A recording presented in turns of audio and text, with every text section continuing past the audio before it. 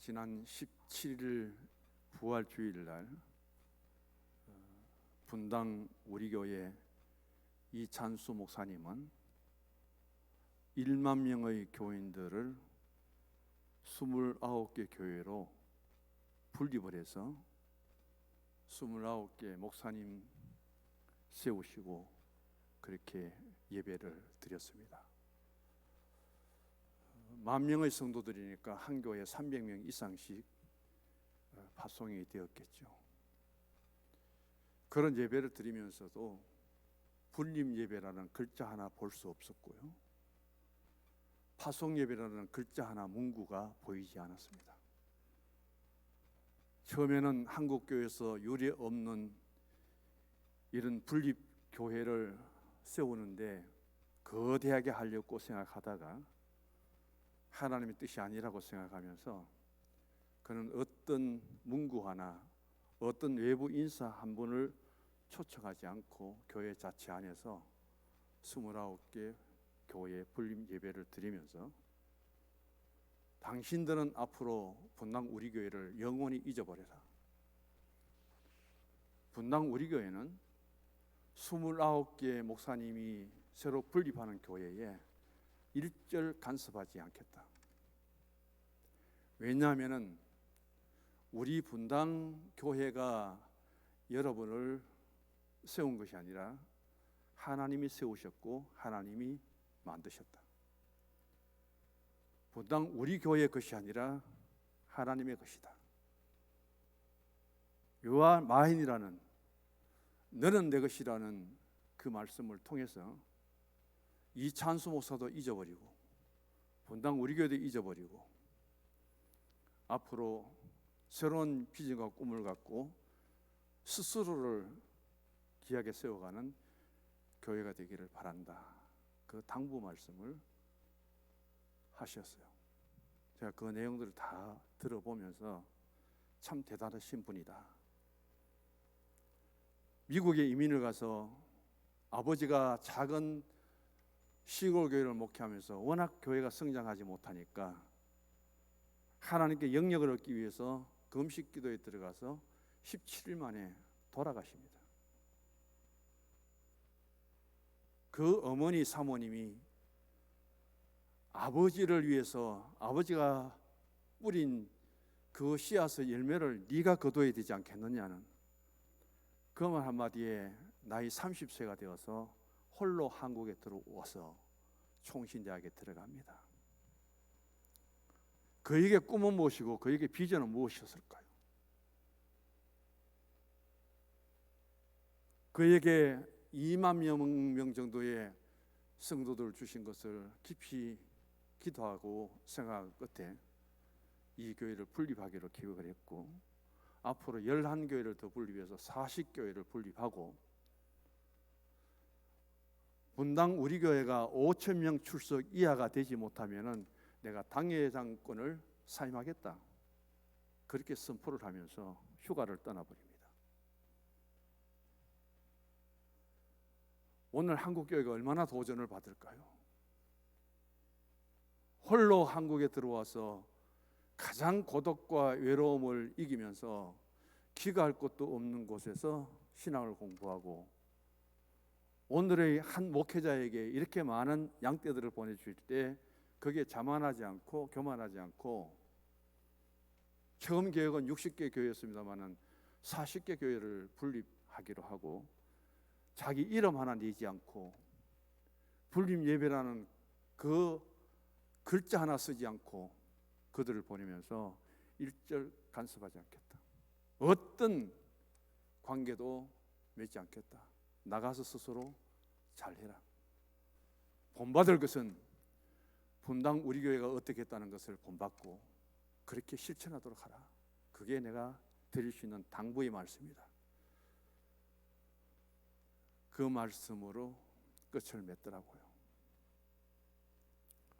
오늘 주님은 우리에게 말씀하십니다. 나는 그가 만드신 바라. 누가 만들었느냐? 하나님이 만들었다. 웨이드어스라는 것을 하나님이 우리를 만드셨고 하나님이 친히 지으심을 받으셨고, 그래서 하나님은 너는 내 것이라고 인정해주고 인치심을 받을 때에 하나님이 어떻게 하시는가? 이사야 40장을 통해서 4가지 동사를 한번 관심 있게 지켜보시기를 바랍니다.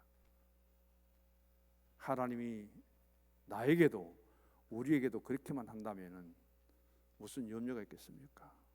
무슨 걱정이 있겠습니까? 우리에게는 어떤 비전을 갖고 어떤 꿈을 가지고 있을까요? 저는 목사가 되어서 2개 교회를 섬기다가 목회를 마무리합니다. 신동이라는 농촌교회에 들어가서 한 12년 동안 그 교회는 어떻게 제가 부족한데도 그렇게 성장을 많이 시켜주셨는지 노예 안에서도 소문이 났죠. 엄청나게 났죠. 그런 비전과 꿈을 갖고 있었다면 성서중앙교회 와서 23, 4년 동안 있으면서 저는 왜 이렇게 그때의 목회의 힘을 잃어버렸을까요? 지나온 날들을 돌이켜보면 한없이 아쉬워요. 40명 출석이 있는 교회 가서 10년 만에 180명 모이도록 하고 1,400만 원 예산을 가진 교회가 1억 2천만 원까지 만들고, 제가 그렇게 해서 이 교회에 나왔는데 그런 비전과 꿈을 왜 다 이렇게 결과적으로 되어졌을까요? 그럼에도 목회 현장에서 힘을 주시고 이만큼이라도 교회를 섬길 수 있도록 해주신 분이 계셔서 정말 주님 앞에 기도할 때마다 너무 감사하고 눈물로 기도합니다. 그럼에도 불구하고 바짝끝없는 목회자의 체면이라 하면 이상할지 몰라도 그래도 그 자리를 지켜줄 수 있도록 붙들어 주셔서 이런 교회에서 그래도 설교할 수 있고 여기에 내가 쓸 수 있고 마무리할 수 있다는 그 사실이 너무 감사해요. 이런 것도 많지만은 저에게 얻어진 것도 너무 많아요. 그때는 꿈도 컸고 비전도 많았어요. 가장 어린 나이에 노예 일들을 엄청나게 많이 했고, 제가 이 성서중앙교회에 오지 않았다면 경문호 여사상 가장 젊은 노회장이 될 수 있었습니다. 그런 가운데 이루어놓은 이 일이 없다 보니까 너무 아쉽고 너무 미리는 않고, 이제는 저에게는 한계가 온 것 같은 그런 생각도 많이 가집니다. 우리가 가졌던 꿈은 무엇이고 비전은 무엇이었습니까? 알렌 목사의 예화가 있습니다. 우리는 어떤 목회 현장에 있어서 그 분위기라 그럴까 이미지가 참 중요하거든요. 우리 애들도 있지만은 신동이라는 그 면소지에 가니까 어떻게 이런 교회에 저 젊은 목사님 외에 저 좋은 사람들이 왔느냐, 동네가 칭찬을 하더라고요. 동네 사람을 만나면. 그리고 교회가 그렇게 성장되더라고요. 제가 목회 초년생인데도 그렇게 놀랄 정도로 부흥이 되어졌죠. 근데 여기 와서 제가 처음 들은 이야기는 처음 꼴짝에 있다가 출세했네요. 제가 참 많이 들었어요, 그 이야기를. 신동 꼴짝에 있다가 대구 우리 교회 와서 출세했네요.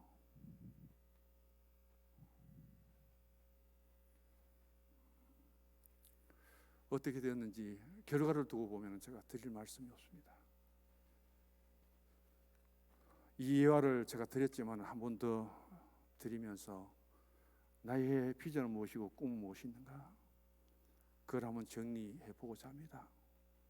요단강 계곡에 세 그루의 나무가 있었죠.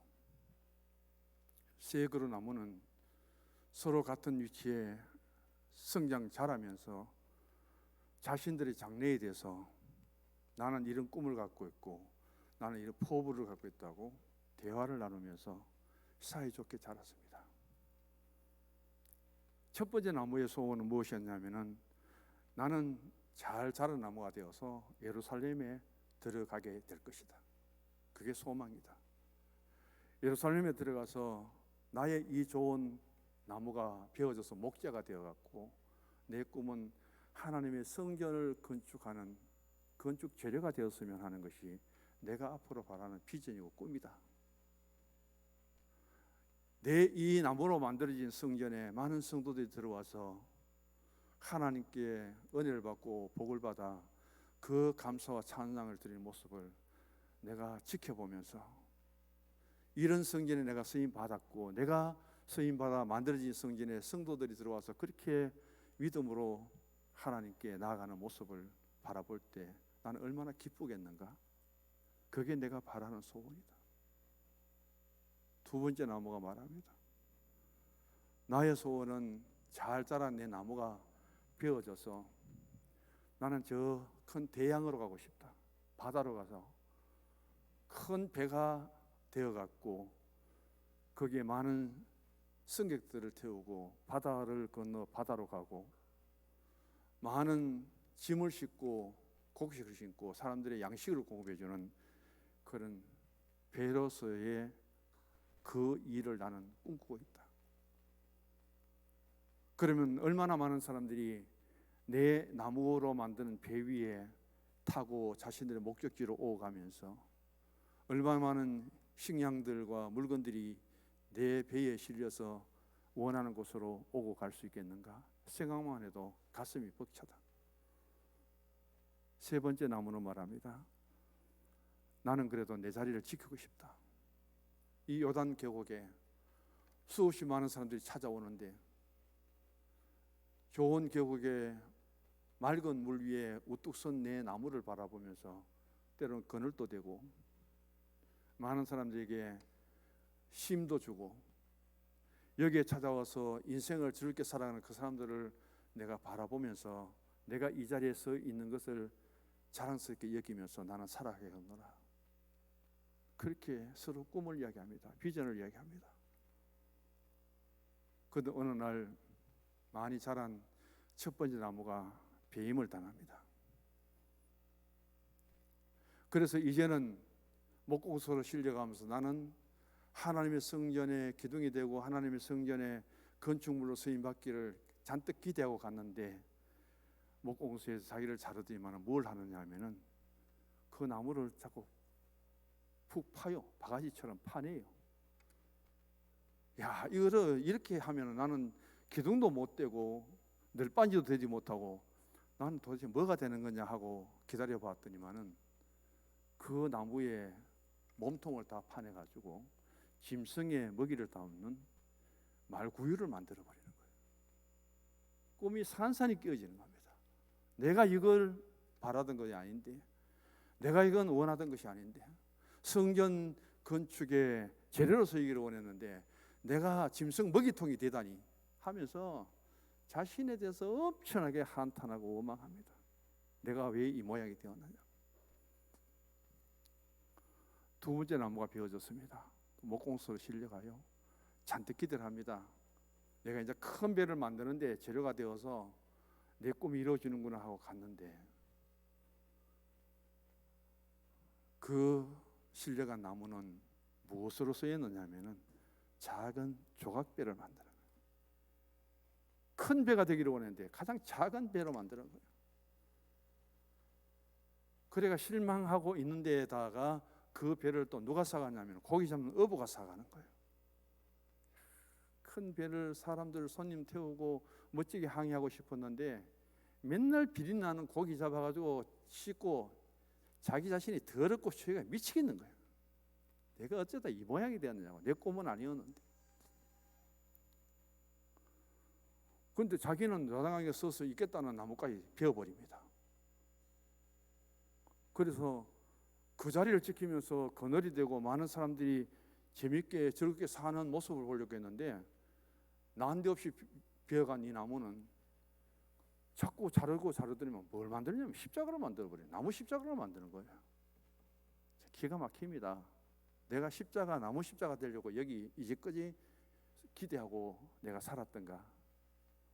그러면서 새 나무의 세 가지 소망과 꿈은 다 부서져 버립니다. 그래서 한없이 원망하고 투덜거리고 실망 속에 있는데 어느 날 밤하늘에는 지금까지 볼 수 없었던 큰 별이 뜹니다. 그때 메시아 예수님이 오셔서 어디까지 오느냐? 베들레헴까지 오셔서 하필이면 자기가 매일 짐승 먹이를 담던 그 통에 한 여인이 아기를 낳아서 거기에 담아요. 그게 누구냐? 예수님이야. 자기 꿈은 산산이 깨어져도 이 땅에 오신 예수님을 가장 먼저 맞아들이는 베들레헴의 짐승의 먹이통 말구유가 돼요. 오늘 또 비린나는 고기를 싣고 바다에 나가서 어부들에게 끌릴 수밖에 없는 그 작은 고깃배에 어느 날 예수님이 오십니다. 그리고는 한 마리도 잡지 못한 그 배 위에 타셔서 깊은 데로 가서 엄청 고기를 많이 잡고 거기 베드로가 주의 부르심을 받습니다.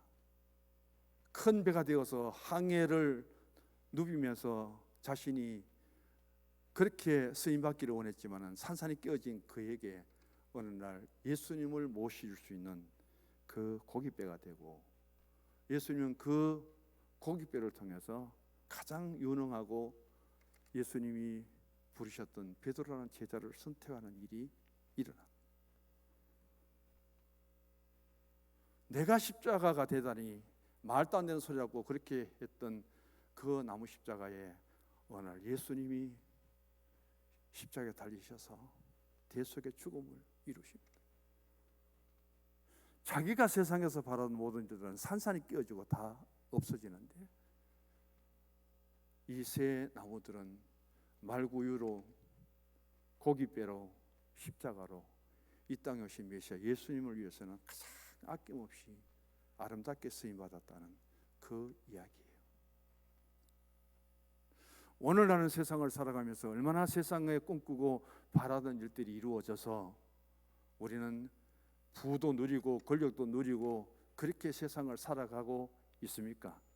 그런 꿈이 끼어져도 나는 가진 것이 없고 부족한 것이 많을지라도 오늘 나는 고깃배처럼 말구유처럼 아니면 십자가 되어서라도 주인을 위해서 쓰임받고 있다면 그게 신앙적으로 오히려 더 큰 복이 아닐까요? 은혜가 아닐까요? 그런 사람이 고백할 수 있는 것이 바로 나는 내가 만들고 내 부모가 만드신 것이 아니라 하나님 나를 만드셨고 주님이 나를 만드셨고 만드신 그분들의 뜻대로 쓰임받는다는 그 신앙 고백을 하게 될 때 거기에서 감사가 나올 거예요. 은혜가 나올 거예요. 그게 진정한 신앙의 가치가 아닐까요? 많은 사람들 중에 나는 너를 콜링해서 나는 너에게 미션의 어떤 사명을 주어서 오늘 또 그래도 하나님의 교회를 복되게 섬기고 주어진 신앙으로 충성하고 섬기고 있다면 그것이 바로 나를 향하신 하나님의 뜻이 아닐까요? 그래서 하나님 말씀합니다. 내가 너를 지었고 너는 내 것이라고. 그런 영감이 내게 온다면은, 그런 신앙의 감동이 내게 온다면은 그분의 믿음 생활은 헛된 것일까요? 그분의 신앙의 삶은 억지로 힘들고 어렵고 귀찮아하는 신앙일까요? 그럼에도 내 마음은 너무 감사하고 기쁘고 주님 앞에 나아가고 있을까요? 여기에 우리의 신앙의 마음이에요. 신앙의 다짐이에요. 오늘 바울은 에베소 교회를 통해서 이렇게 말씀합니다. 3년 동안 선교 중에 가장 오래 머물렀던 교회입니다. 그 교회를 위해서 3년 목회를 하면서 밤낮으로 눈물을 흘리면서 섬겼던 교회입니다. 유일하게 교회를 떠나 헤어질 때 밀레도 서면서 그 자녀들과 목을 어겨 안고 눈물로 하여금 환송을 하고 헤어지는 그런 아름다운 교회였습니다. 그 교회가 모든 교회의 본이 될 수 있는 신앙적으로 우리는 에베소서를 목회 옥중서신이지만은 바로 교회론을 그렇게 논하고 있습니다. 그리고 당시에 50세가 되어야만 교회 감독이 될 수 있었는데 35세 내지 40세밖에 안 되는 디모데를 가장 우상숭배 많고 이데아 신전이 있는 그곳에 파송을 하고 얼마나 염려가 되었든지 디모데 전후서 편지를 써보내고 너가 어릴 적에 감독이 되었는데 업신여기지 않도록 그런 목회자가 되라고 격려하는 바울의 모습을 보게 됩니다. 그런 교회의 바울은 성도들이 이렇게 말합니다. 교회는 하나님이 세우신 것이다. 교회는 하나님이 만드신 것이다. 성도는 하나님이 자녀 삼아주시고 하나님이 내 것이라고 하고, 그래서 세상에 있는 사람들을 불러서 바로 하나님의 자녀의 공동체로 삼아주신 것이 교회다. 5장 27절에 가면은 세상이 뭘 할지 몰라도 교회는 하나님의 거룩한 교회다. 하나님의 영광스러운 교회다. 글로리 처치라고 하고 스피리추얼 처치라고 하면서 가장 거룩하고 가장 성령이 함께하는 교회고 가장 영광스러운 교회라는 그런 이름을 붙여주면서 교회를 세상 속에 두었지만은 하나님 보실 때는 가장 거룩한 공동체고 하나님 앞에 모든 세상의 것이 다 버림받아도 마지막에 하나님께 영광을 받을 수 있는 것이 어디냐? 교회라는 거예요. 그걸 위해서 오늘 10절 말씀을 보면은 주 안에서 선한 일을 위하여 지음을 받았다고 말합니다. 하나님께 처음 사람으로 선하게 지음 받은 사람은 누구냐 하면은 바로 아담과 하와예요. 선한 일을 받았기 때문에 선한 일을 해야 되는데, 선한 사람이 되어서 선한 일을 해야 되는데 아담과 하와가 선한 일을 했습니까? 못했다는 거예요. 하나님 말씀을 불순종하지요. 하나님 말씀을 믿지 않았지요. 하나님 금하신 선악과 열매를 따먹었죠. 그래서 죄를 지었잖아요. 하나님이 그렇게 선하게 지었는데도 불구하고 선한 일을 해야 될 인간이 선한 일을 하지 못하고 악한 일을 하고 말았어요. 그럼 에베소 교회를 향해서, 제자들을 향해서 너는 선하게 지음을 받았고 선한 사람이기 때문에 내가 너를 택하여 제자 삼았다. 가룟유다는 선한 사람으로 선한 일을 했습니까? 자신의 지음 받은 대로 살지 못한 거예요. 행동하지 못한 거예요. 그런 것들을 찾아보면 수없이 많습니다. 12제자를 거느리고 가장 위대한 하늘 선생 예수님이 제자 교육에 실패한 거죠. 예루살렘 교회 7분이 안수 집사님을 세워서 그 교회에 얼마나 구제와 선교하는 일들을 감당하고 그렇게 분업화된 일을 하는데 니골라는 교회의 직분의 자리에서 실패한 사람이죠. 선하게 지음받았으면 선한 말을 하고 선한 일을 하는 것이 지음을 받은 자로서의 행할 일이고, 또 우리를 지으시고 내 것이라고 말씀하신 하나님이 우리에게 바라고 기대하는 일이요. 바로 그 일을 오늘 사도 바울은 2장에서 이렇게 말씀합니다. 선을 잃어버렸습니다. 선한 사람이 되지 못했습니다. 그리고 악한 일을 하고 말았습니다. 그 죄 때문에 전부가 죽어야 되고 하나님이 진노하십니다. 그걸 다시 선으로 회복하고 그 다시 선한 일을 할 수 있도록 그렇게 바꾸어 놓은 분이 누구냐면 예수 그리스도라는 거예요. 그 예수님 십자가 대속의 죽음을 통해서 악한 사람이 회개하고 선으로 돌아와야 되고, 악한 일을 하는 사람이 회개하고 선으로 돌아왔다면 선한 일을 하도록 해야 되고, 그것을 오늘 사도 바울은 강력하게 우리에게 촉구하는 말씀입니다. 이 선이라는 것은 아가도스라는 헬라어를 쓰는데 두 가지 뜻이 있습니다. 하나는 좋다는 뜻이에요. 또 하나는 아름답다는 이야기입니다. 코로나19 아직도 우리에게는 불안한데도 불구하고 오후 시간까지 이렇게 앉으셔서 예배드리는 모습이 제가 볼 때는 참 좋습니다.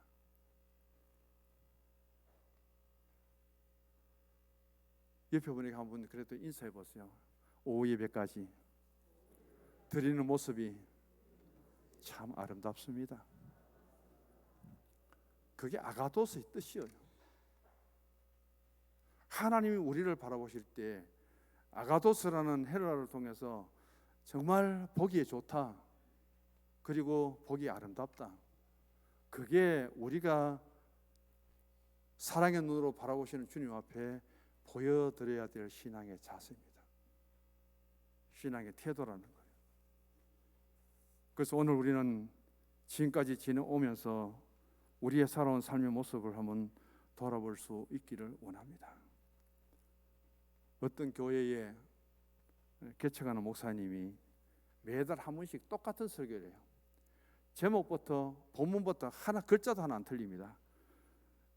그 본문이 뭐냐면은 마태복음 7장 24절.